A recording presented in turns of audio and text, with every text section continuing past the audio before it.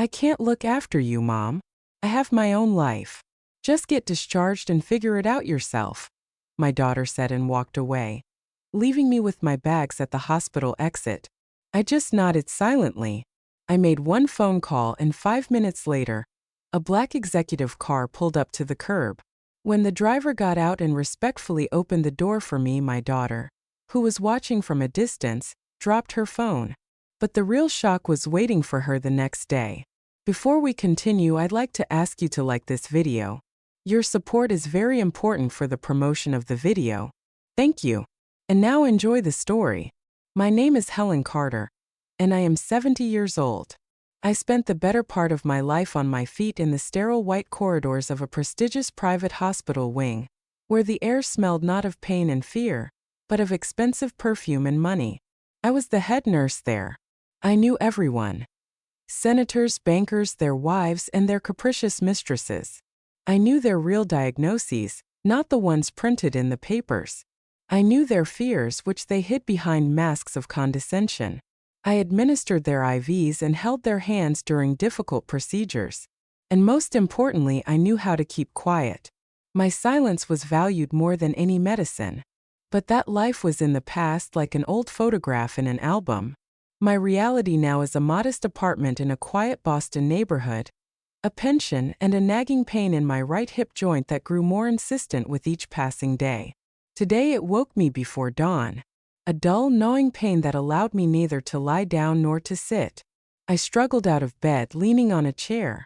Every step echoed dully throughout my body. Hobbling to the kitchen, I put the old enameled kettle on the stove. Its whistle is the most familiar sound in my house since my husband passed away 10 years ago. I brewed myself some chamomile tea, sat by the window, and looked out at the sleepy courtyard. Children, grandchildren, summer houses, all these were things other people had. I only had my daughter, Claire. My late in life, my, as it turned out, biggest mistake. The phone rang at exactly 9 a.m., as I was trying to reach a jar of ointment on the top shelf. Claire never called just to chat. Her call was always a prelude to a request. Mom, hi. How are you? Her voice was cheerful and detached, like a manager calling clients. Hello, dear. I'm getting by. My leg is really acting up, I replied, unable to hide my fatigue. There you go again. I told you you need to move more, not just sit at home.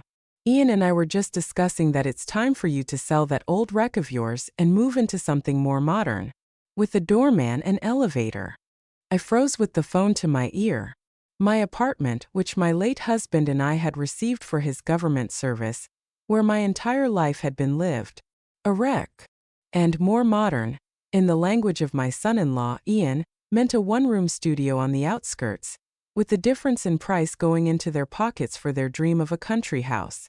Claire, this is my home, I said quietly but firmly. Mom, don't start. We're just looking out for you. Irritation crept into her voice. Anyway, I'm calling on business. Ian and I have a last-minute deal on a trip to the Caribbean. A huge discount. We need to make a deposit of $5,000 urgently. You have it, right? I'll pay you back from my salary. Something unpleasant clenched inside me. $5,000. That was almost 3 of my pension checks. The money I had been saving for an examination of this very leg.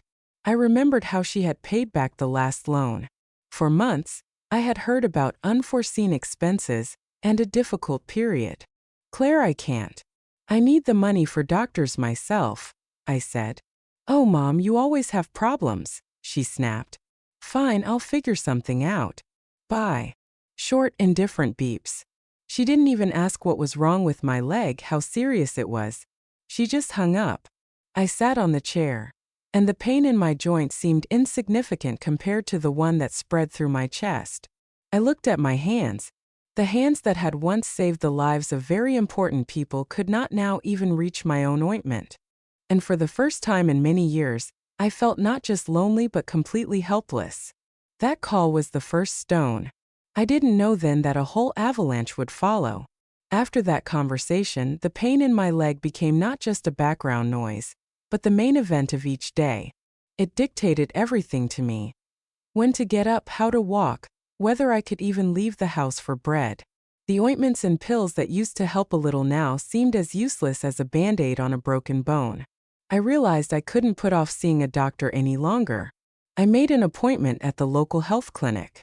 There were no appointments with the specialist for 2 weeks, but I got lucky. Someone canceled and I squeezed in. The corridors of the clinic greeted me with the smell of bleach and despair. Long queues of elderly people like me with dull eyes.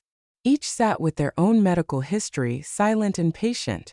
The surgeon, a young man with a tired face, glanced at my old X-ray, clicked his tongue, and said what I had been afraid to hear. "Mrs. Carter, conservative treatment won't help anymore. The joint is destroyed. Osteoarthritis, 3rd stage. You need surgery, a hip replacement." I nodded silently. In my former hospital, such operations were performed every week. I knew the whole process from start to finish. I knew the pain, the long rehabilitation, and most importantly, how much it cost. "And how much time do I have?" I asked. "You have no time. The longer you wait, the worse it will get. We can put you on the waiting list for Medicare, but that's a year, maybe a year and a half. Or we can do it privately in 2 or 3 months. But that, as you understand, costs money." I left the office with the referral in my hand. One word was pounding in my head: money. My modest savings, which I had been accumulating my whole life, should have been enough, but I knew that after the surgery, I would need help, care, rehabilitation. Just someone to bring groceries and cook soup. I had to talk to Claire. That evening, she and Ian arrived without calling as always. Ian walked into the apartment like he owned the place, looked around with a condescending air, and grimaced. Claire went to the kitchen and opened the refrigerator. "Mom, a mouse would starve in here. You should buy some groceries." "I was at the doctor's," I said, ignoring her jab. "I need surgery. Urgently." Claire turned around. There was no sympathy on her face, only annoyance. "Here we go again. And how much does this cost?" Ian chimed in, sitting in my favorite armchair and crossing his legs. I named the sum, about $30,000, not including rehabilitation. Ian whistled. Well, do you have that kind of money?" "I do," I replied quietly. "But after the surgery, I won't be able to walk for several months. I'll need help." A silence fell in the kitchen. Claire and Ian exchanged a look. I had seen that look before. It was how they looked at each other when they decided that my old carpet was ruining the interior, or that my violets on the windowsill were collecting dust. It was the look of conspirators. "Mom, you know we work," Claire began in an ingratiating voice. "We have projects, deadlines. We can't just drop everything and sit with you. Maybe we could hire a caregiver?" I suggested. "I'll pay." "A caregiver?" Ian scoffed. "They charge a fortune these days. It would be easier and cheaper to place you in a good nursing home for that time. They have care and doctors there. We were just looking at one in the suburbs, very decent." Everything inside me went cold. A nursing home. He said it so simply, as if he were talking about taking a coat to the dry cleaners. I remembered my visits to such establishments in the line of duty. Even in the most expensive ones, the old people sat with the same expression of longing and uselessness in their eyes. They looked at visitors like abandoned dogs in a shelter, with a hope that had long since died. "I'm not going to any nursing home," I said sharply. "This is my home." "Mom, don't be selfish," Claire flared up. "We're thinking about what's best for everyone. You need professional care, and we need to be able to work in peace. You're not thinking about us at all." I looked at her and didn't recognize her. Where was the little girl to whom I had read fairy tales at night?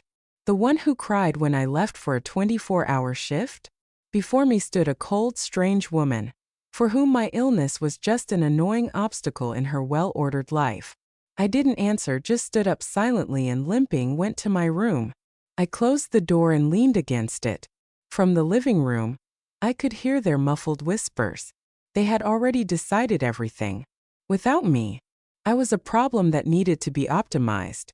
And at that moment I realized that I was completely alone.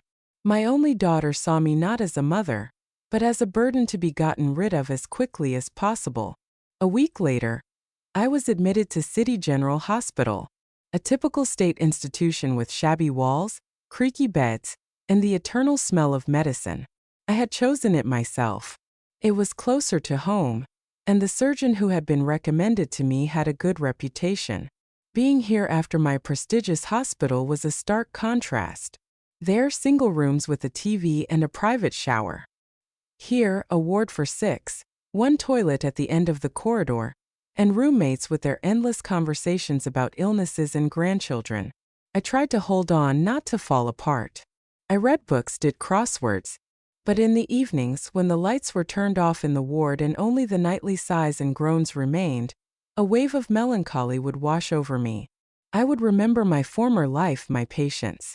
I remembered Victor Sterling, the media magnate whom I had literally pulled back from the brink after a massive heart attack. He had told me then, as he was recovering, "Helen, if you ever need anything at all, here is my personal number. Call me any time." I thanked him, but of course I didn't take the number. Why would I? I had my own life, my own rules. I had never asked anyone for anything. Claire and Ian came to visit me just before the surgery.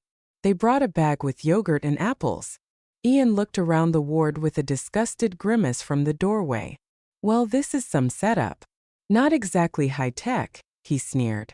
"But the doctors are good," I countered. They sat on the edge of my bed. Claire took some papers out of her bag. "Mom, we've been thinking," she began in a businesslike tone. "Since you're going to be here for a while, we need to resolve the issue with the apartment. The utility bills are piling up, and it needs to be looked after, and it's inconvenient for us to travel across the city." I tensed. "And what do you suggest?" "We suggest selling it," Ian said calmly. "The prices are good right now. We'll buy you a cozy studio in a new development. And with the remaining money, we can hire a caregiver. And it will be enough for your rehabilitation. And for our down payment on a house. It will be good for everyone." I looked at them and couldn't believe my ears. They didn't even wait for me to get out of surgery. They were already dividing up my apartment, my life, my memories. "I'm not selling the apartment," I said as firmly as I could. "My husband and I earned it. Everything in it has its place." "Mom, don't be so sentimental," Claire exclaimed, throwing up her hands. "Things? Who needs your old carpets and sideboards? Minimalism is in fashion now. Ian is right. This is the most sensible solution. You'll be under supervision, and we can finally live normally, not cooped up in our 2-bedroom apartment. Living normally. That meant at my expense. I realized that arguing was useless. They didn't hear me. They only heard the rustle of future money. "I'll think about it," I lied just to get them to leave. "That's the right attitude," Ian nodded approvingly. "Think carefully. We wouldn't advise you badly." They left, leaving a bag of yogurt and a glossy real estate agency brochure on my nightstand. On the cover, a smiling family in front of a perfect country house. I took the brochure and felt my hands tremble with anger. They didn't just want to take my home. They wanted to erase my life, pack it up in boxes, and take it to the dump to make room for theirs. That evening, I couldn't sleep for a long time. My roommate, a quiet old woman named Anne, noticed my state and asked quietly, "The children have hurt you, my dear?" I just nodded, unable to speak. "It happens," she sighed. "They're different now. They think we owe them something until we're in our graves. But we only owe them one thing: to teach them how to live without us." Her words stuck with me. Teach them to live without me. It seemed that was exactly what I had to do in the near future. The surgery was scheduled for the morning. I lay there, looking out the dark window, and a cold steel-like resolve was growing inside me. I will endure. I will endure everything. And I will show them what it means to write off Helen Carter. The surgery went according to plan. 5 hours under anesthesia, then a day in intensive care, where time stretches like rubber and the sounds are reduced to the beeping of monitors and the footsteps of the on-duty nurse. When I was transferred to the general ward, I felt as if a steamroller had run over me. My body was alien, disobedient, and my operated leg was a single throbbing mass of pain. But I held on. I knew the hardest part was yet to come: rehabilitation. The surgeon, that same young man, came to see me the next day. Well, Mrs. Carter, everything went as planned. The joint is in place. Now the main thing is to work on it. The first few weeks only with crutches, and you'll need constant care. Physical therapy, massage, help with daily activities. Do you have someone to help you? I looked him in the eye. I have a daughter. He nodded and left, leaving a brochure with exercises on my nightstand. I took my phone. My hands were trembling slightly. I knew this conversation would be decisive. I dialed Claire. Hello. Her voice was, as always, businesslike. Claire, hello. It's Mom. I've had the surgery. Oh yes. Well, how is it? There was not a drop of warmth in her tone. Everything went well, but the doctor said I need care. I won't be able to manage on my own at first. Could you? Mom, I already explained to you, she interrupted sharply. I have work. Ian does too. Who's going to feed us if I sit with you? I don't have time for this. But what am I supposed to do? I need someone to at least go to the store to cook. Hire a caregiver, she snapped. You said you have savings. Spend them on yourself, not on old carpets. Claire, after paying for the surgery, I won't have much left. And I need that money for medication, for further rehabilitation. Well, then that's your problem. Her voice became hard. You're the one who didn't want to resolve the issue with the apartment as we suggested. You wanted to sit in your fortress. So sit there. Figure it out yourself. I don't have time. I have a meeting. She hung up. I sat on the hospital bed, clutching the useless phone in my hand. Your problem. Those two words echoed in my head like a sentence. She had disowned me, simply and casually, between errands and a meeting. At that moment, I felt something inside me break. That last thin thread of hope that she was just tired, that she didn't mean it, that she would come to her senses. Tears welled up in my throat, but I didn't let them fall. Crying was a luxury I couldn't afford. There were other women in the ward, each with her own pain. I had no right to show my weakness. I leaned back on the pillow and closed my eyes. A memory from the past surfaced. A patient, a very influential official, was lying in bed after a very difficult heart surgery. He was capricious, demanding, and would lash out at the nurses. One night he took a turn for the worse. The monitor started beeping, his blood pressure dropped. The on-duty doctor was flustered, but I, seeing his panic, took matters into my own hands. Calmly, clearly, I performed the resuscitation procedures. I talked to him, I didn't let him go. And I saved him. The next morning, weak but alive, he looked at me and whispered, "Thank you, sister. You're my angel." Where was that angel now? Lying in a shabby hospital ward, abandoned by her own daughter? No, I am not an angel. I am Helen Carter, and I haven't had my last say yet. Slowly, fighting through the pain, I reached for the nightstand. There, in the bottom drawer, in an old notebook I always carried with me, were a few phone numbers. Numbers I had never used, but I always knew that one day I might need them. I opened the notebook. My fingers found the right page. I looked at the number and knew that the time had come. The next day I decided to make one last attempt. Not because I was hoping for a miracle, but to finally close this door for myself, so that I wouldn't torment myself on sleepless nights with thoughts of, what if I had been too harsh? What if I should have asked differently? Called Claire again. This time she didn't pick up right away. Yes, Mom, what is it now?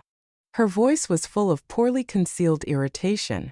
Claire, I'm not asking you to sit with me. I began as calmly as I could. I understand everything, you have work. But I really need a caregiver at least for the first month. I found an agency, they're ready to send a woman. It will cost about $6,000. I have the money, but... I faltered. It was humiliating to ask her for this, but I saw no other way.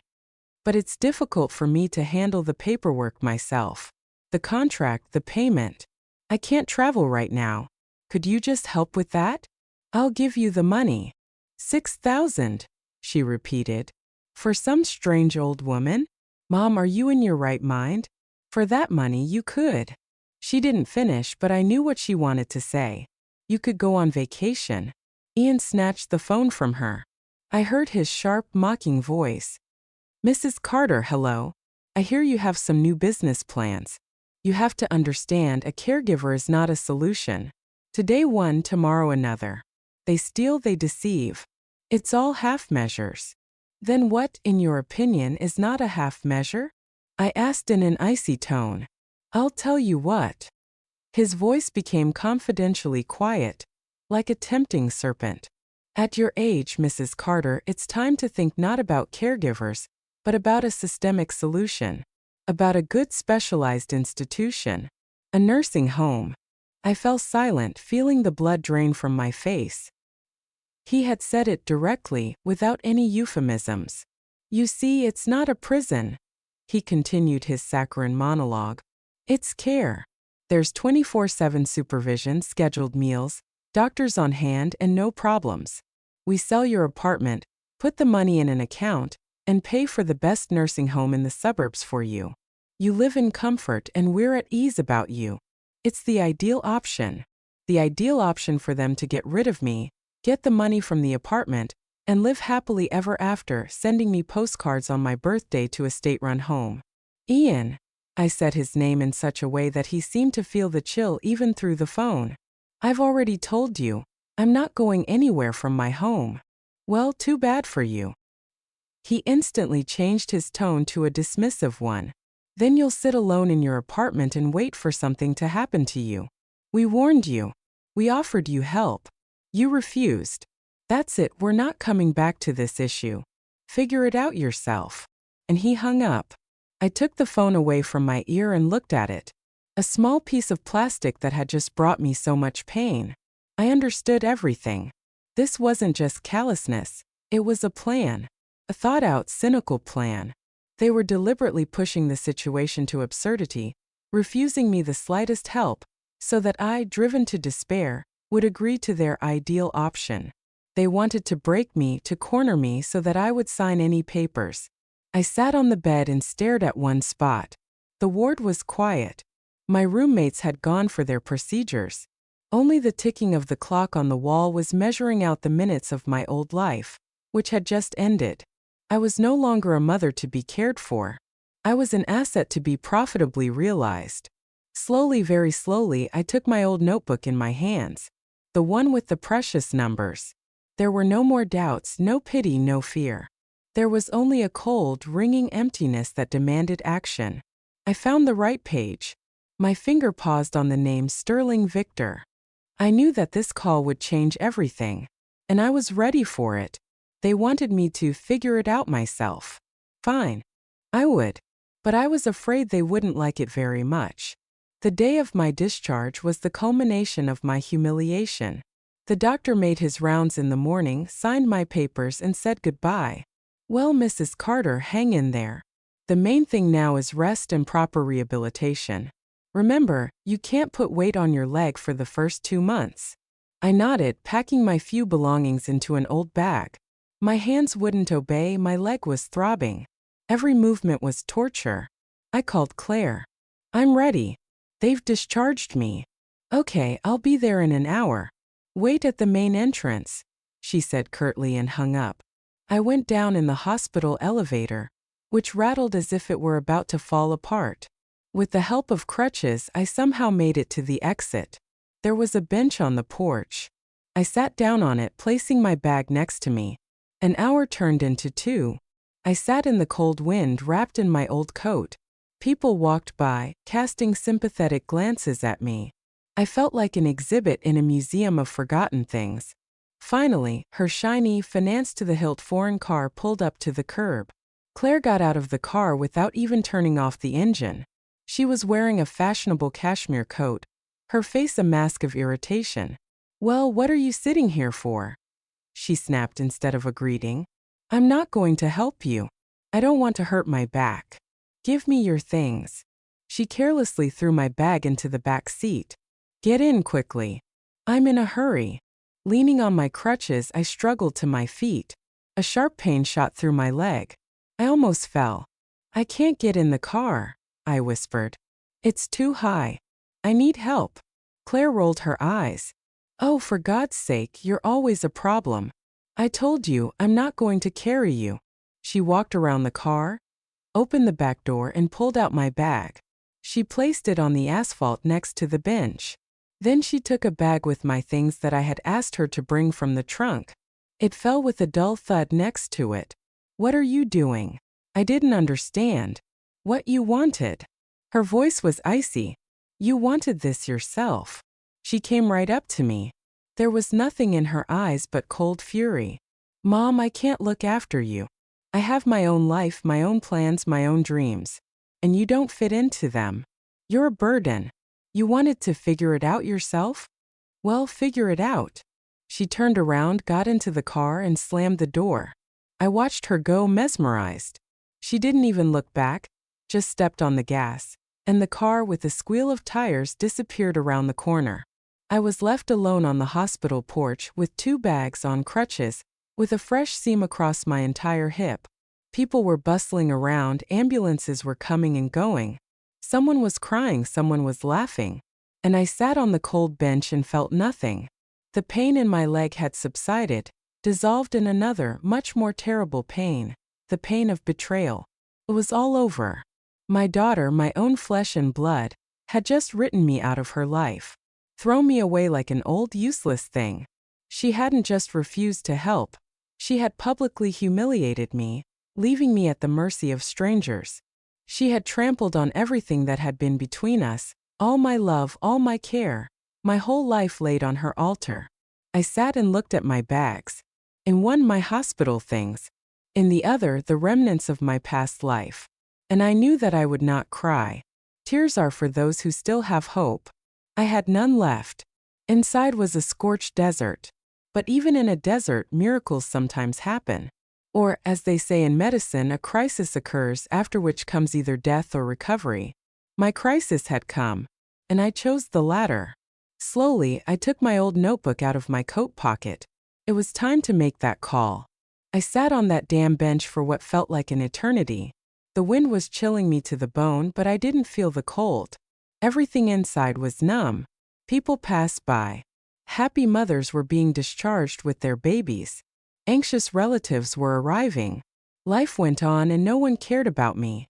I was invisible, an old sick woman on a bench at a hospital, needed by no one. I looked at my hands in their old gloves and thought. I thought about how I had spent my whole life running, hurrying, trying for whom? For her. For Claire. I denied myself everything. I didn't buy new dresses, I didn't go on vacation. All my money, all my energy went to her. The best school, tutors, university. I wanted her to have everything I didn't have. I thought that was what motherly love was, to sacrifice yourself. What a fool I had been. I hadn't raised a grateful daughter, but a consumer.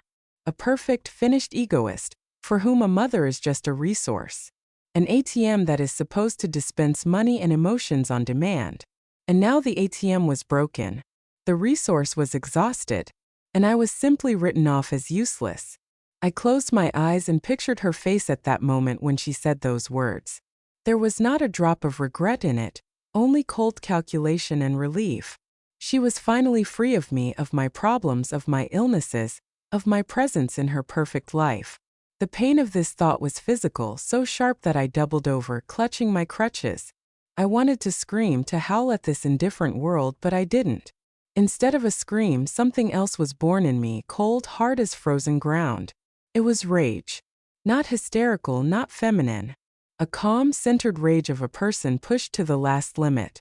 I remembered the words of that old woman in the ward. Teach them to live without us. Yes, it was time for a lesson. The most important lesson in my daughter's life. A lesson she would remember forever. I slowly straightened up. The pain in my leg was still there, but I stopped noticing it. I took my old flip phone out of my bag. The battery was almost dead, but it would be enough for one call. I opened the notebook I had kept like the apple of my eye. Among the numbers for the plumber and the gas company was one number, written in pencil, without a name. Just a set of digits. I knew it by heart, but I had always been afraid to even think about dialing it. It was my last resort, my nuclear option. I looked at the gray walls of the hospital, at the bustling people, at my pathetic bags, and I knew that I had nothing left to lose. I had already been thrown to the curb of life. It couldn't get any worse, but it could get better. I took a deep breath and dialed the number. My fingers were trembling slightly, but my voice, when I heard it, was surprisingly calm and firm. The phone rang for a long time. I thought no one would answer.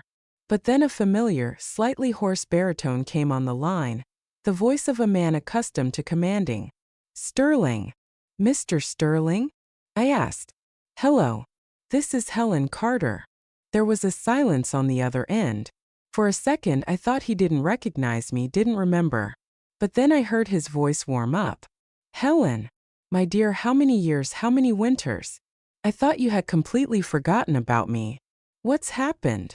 "What's happened, Mr. Sterling, is life. And I think I've hit rock bottom." But I didn't say that. I only said one thing. "Mr. Sterling, you once said that if I ever needed anything." "And I don't go back on my words," he interrupted immediately. "What do you need?" "Money, doctors. Speak, don't be shy." "I need help," I said. "I'm sitting on the steps of City General Hospital after surgery, and I can't leave." No more than 10 minutes had passed since my call to Victor Sterling. In that time I had managed to mentally say goodbye to my past life. I sat on the bench, straight as an arrow, and looked at the road. I didn't know what to expect, but for the first time in a long time I felt no fear. There was only emptiness and a cold certainty that I had done the right thing. In the distance, a black, shiny car appeared. It moved smoothly, silently, cutting through the stream of ordinary cars like an icebreaker through thin ice. It was a Maybach. I had seen such cars at the gates of my former hospital. They always pulled up to the main entrance, and out of them would step people on whose decisions the fate of the country depended. The car stopped right in front of the hospital entrance. The traffic in the parking lot froze for a moment. Everyone nearby, patients, doctors, ambulance drivers, stared with curiosity at this marvel of German engineering. A tall man in a strict suit and dark glasses got out of the car. He didn't look like an ordinary driver, more like the head of a security service. He looked around, his gaze sweeping over the crowd and stopping on me. He moved towards me, calmly, confidently, ignoring the curious glances. I noticed that Claire was still there. Her car was parked a little further away, around the corner. Apparently, she hadn't left right away. She had stayed to see what I would do. She was probably waiting for me to start crying, calling her, begging her to come back. She was watching from her slightly open window, and I could see the surprise on her face turn to bewilderment. The man approached me and bowed his head slightly. "Mrs. Carter?" "Yes," I nodded. "Mr. Sterling sent me. I'm his assistant, Andrew. Please don't worry. We'll take care of everything." He spoke quietly, but in such a way that his every word inspired confidence. He didn't ask any unnecessary questions. He simply took my bags as easily as if they weighed nothing and carried them to the car. Then he came back, offered me his hand, and helped me to my feet. He did it so gently, so respectfully, that a lump formed in my throat. For the first time in many years I was being treated with such care. "Please be careful," he said, helping me into the soft leather seat.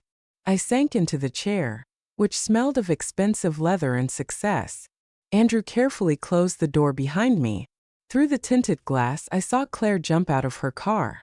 She stood in the middle of the parking lot, her mouth open. Her face was pale. Her eyes were wide with shock. She looked from me to the Maybach, to the stately man who was getting behind the wheel. At that moment her phone fell from her hands. It hit the asphalt with a clatter, but she didn't even notice. The car started as smoothly as it had stopped. I turned around. Claire was still standing in the same spot, like a pillar of salt, watching us go with a stunned expression. She didn't understand what was happening. She thought she had left me at the very bottom. But instead, she saw me being taken away into another reality, one that was unattainable for her. "Where are we going?" I asked as we turned onto the main avenue. "To the Apex Recovery Center," Andrew replied calmly. "Mr. Sterling has already made the arrangements. The best doctors are waiting for you there, a private suite, full board. Everything is paid for." I leaned back against the seat and closed my eyes. The tears finally came, but they were not tears of resentment or self-pity. They were tears of relief. I was no longer alone, and my daughter had just received her first lesson. A lesson that you should never underestimate a quiet, modest nurse, especially if that nurse once held the life of her all-powerful boss in her hands. The Apex Recovery Center was another world. No shabby corridors or queues. Silence, the gleam of marble floors, polite staff in perfectly ironed uniforms. I was met at the entrance, seated in a wheelchair and taken to my suite.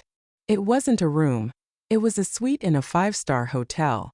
A huge room with a panoramic window, a comfortable bed with an orthopedic mattress, a private bathroom with a shower, and a TV on the wall.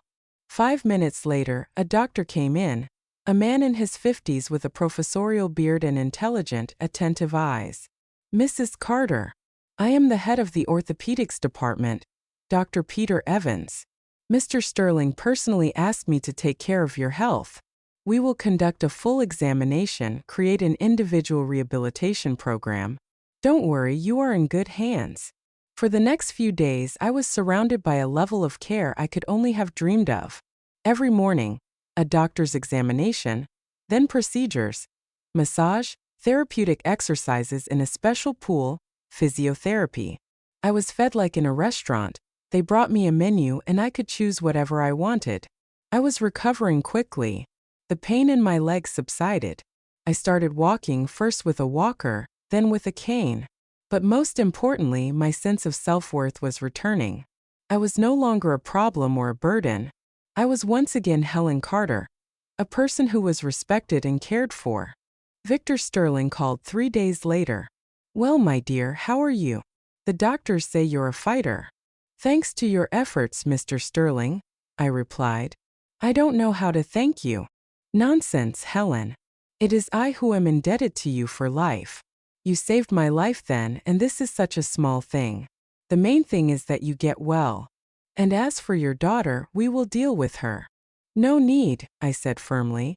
"I don't want revenge. I just want her to understand." "She will understand," he chuckled. "I'll arrange it for her. Believe me, she'll learn my lesson better than any other." I didn't know what he had in mind, but I trusted him completely. Meanwhile, Claire, having apparently come to her senses, started calling me. First once, then a second time, a third. I didn't answer. Then came the messages. "Mom, what was that? Who is that man? Why didn't you tell me anything? Mom, I'm worried, please call me. Mom, I was wrong. Forgive me, let's talk." I read these messages and felt only coldness. She wasn't worried about me. She was scared. Scared of the power she had witnessed. Scared that she no longer controlled the situation. Her "forgive me" was worth nothing. It was not remorse, it was fear. The fear of losing what she thought she had almost obtained. My apartment, my savings, my life. I didn't answer. I just lived, enjoying the quiet, the comfort, and the human decency. I read a lot, watched old movies, talked to the doctors, and with each passing day, I felt myself returning to myself, to the Helen Carter who was confident, knew her own worth, and did not allow anyone to walk all over her. 2 weeks later, I was discharged. I could already walk on my own, with only a slight limp. The same black Maybach came to pick me up. Andrew, Victor Sterling's assistant, helped me into the car. "Where to now, Mrs. Carter?" "Home." "No," I said. "Not home. Not yet. Please take me to a good clothing store." He looked at me in surprise in the rearview mirror but said nothing. We went to a luxury department store like Saks. I got out of the car, leaning on an elegant cane that Dr. Evans had given me. I walked through the gleaming halls, choosing not what was practical, but what was beautiful. I bought myself an elegant pantsuit, a cashmere coat, comfortable but expensive shoes, and a small handbag. At the checkout, I paid with a card that Victor Sterling had given me, saying, "Don't deny yourself anything." When I left the store, I was a different person. Not a downtrodden old woman in worn-out shoes, but an elegant, well-groomed woman. I looked at my reflection in the shop window and for the first time in many years, I smiled at myself. "Well, hello, Helen Carter," I said to myself. Welcome back. 2 months passed. I was living in an apartment that Victor Sterling had rented for me. A beautiful apartment overlooking the river. I continued my rehabilitation, went to the pool, and took long walks. I had fully recovered. My leg barely bothered me, and I felt 10 years younger. One morning, Victor Sterling called me. Helen, good morning. I have a business proposition for you. I'm listening, I smiled. Remember you said you didn't want revenge? Well, I believe that justice must prevail, especially when it comes to corporate ethics. I don't quite understand. You will now. The thing is, my holding company recently acquired a small but promising IT company. So today, I'm holding the first general meeting there, presenting a new development strategy, and getting to know the team. I would be very pleased if you would accompany me as my personal consultant on social issues. I froze. I knew which company Claire and Ian worked for. Could it be? Mr. Sterling, did you? Yes, Helen. I bought their company lock, stock, and barrel.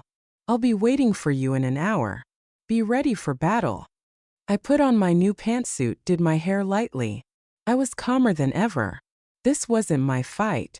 I was just a spectator in the front row. We arrived at a small but modern business center. The entire team, about 50 people, had already gathered in the conference room. I saw Claire and Ian. They were sitting in the third row. When they saw me walk into the room on Victor Sterling's arm, Claire turned so pale that her face became the color of paper. Ian froze with his mouth open. His smug smirk slid off his face like a mask. We sat at the presidium table. Victor Sterling took the microphone. Good afternoon, esteemed colleagues, he began. As you already know, your company is now part of my media holding. We have big changes ahead, new projects, and of course personnel reshuffles. A worried murmur went through the room. Our holding, Sterling continued, values not only professionalism but also high moral qualities in our employees. We believe that a person who is incapable of showing basic humanity and care for their loved ones cannot be an effective member of our team, because sooner or later, they will betray it. He paused, surveying the room with a heavy gaze, and stopped on Ian. Ian, you're fired. For systematic violation of corporate ethics and creating a toxic atmosphere in the team. Ian jumped up. But for what? This is illegal. I'll complain. Complain away. Sterling smiled coldly. You can go to the labor board, you can go to the Better Business Bureau. Your personal affairs, as it turned out, are very entertaining. My security service has prepared a detailed report. I think your wife will be interested to read it. Ian sat down as if he had been cut down. Claire looked at him in horror. As for you, Claire, Victor Sterling turned to her. You are also fired, but for a different reason. For complete professional incompetence and a lack of empathy, which is unacceptable for a manager working with people. Claire began to cry, quietly, silently, her head on the table. Please escort them out of the premises, the head of security said, approaching their row. They stood up and, without looking up, walked towards the exit. The entire room silently watched them go. As they were passing the presidium, Claire looked up at me, her eyes full of tears and pleading. Mom, her lips whispered. I didn't turn away. I looked at her directly, openly, without anger and without pity. I just looked at her, and in my gaze it seemed she read everything. Everything I wanted to say to her. About the pain, about the resentment, and about the fact that this was the end. After that meeting, I never saw Claire or Ian again. I heard that they divorced. Ian moved to another city, trying to escape from creditors and a scandalous reputation.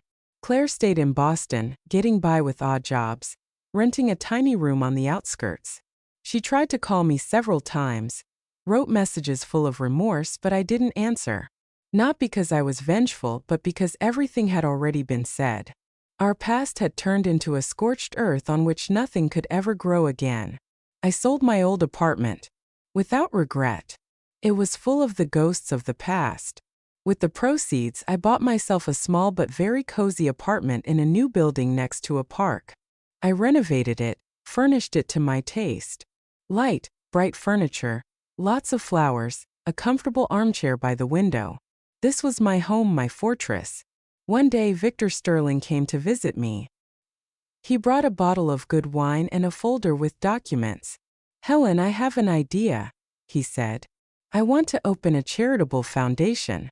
A foundation to help lonely elderly people in difficult situations. Those who have been abandoned by their children, who have no money for treatment, whose last possessions are being taken away from them. And I want you to head it." I looked at him in surprise. "But I'm just a nurse." "You're not just a nurse. You're a symbol of unbending will and dignity. You have experience, wisdom, and most importantly, a heart. And I will provide the money and the administrative resources." I agreed. And that decision was the beginning of my new life. A life filled with meaning. Our foundation, the Hope Project, began its work. We helped old people with treatment, with legal issues, with repairs, or just with human companionship. I visited nursing homes, talked to people, listened to their stories. And in each of them, I saw a part of myself. I traveled a lot. I visited Italy, France. I took a boat trip down the Mississippi. I saw the world that I had only read about in books before. I went to theaters, to concerts, to exhibitions. I lived a full, rich life. Sometimes, sitting in a cozy cafe somewhere in Paris, I would remember that cold bench at the hospital, and I would feel not pain but peace. That day did not break me. It made me. It forced me to wake up and understand that the greatest value in life is not sacrifice, but self-respect. I don't know if my daughter understood anything. Probably not. Such people rarely change. But that is no longer my concern. I taught her my lesson. And I learned the main lesson myself. Never, ever let anyone turn you into a victim. Even if that someone is your own daughter. Because your life belongs only to you. And only you can decide how to live it. On your knees waiting for mercy, or with your head held high, knowing your own worth. I chose the latter. And I have never regretted it for a moment. Thank you for listening to this story to the end. If it resonated with you, please give it a like, subscribe, and be sure to write in the comments what you think about it. Your feedback helps to promote such stories and inspires the creation of new ones. Be well, value yourself, and live with dignity.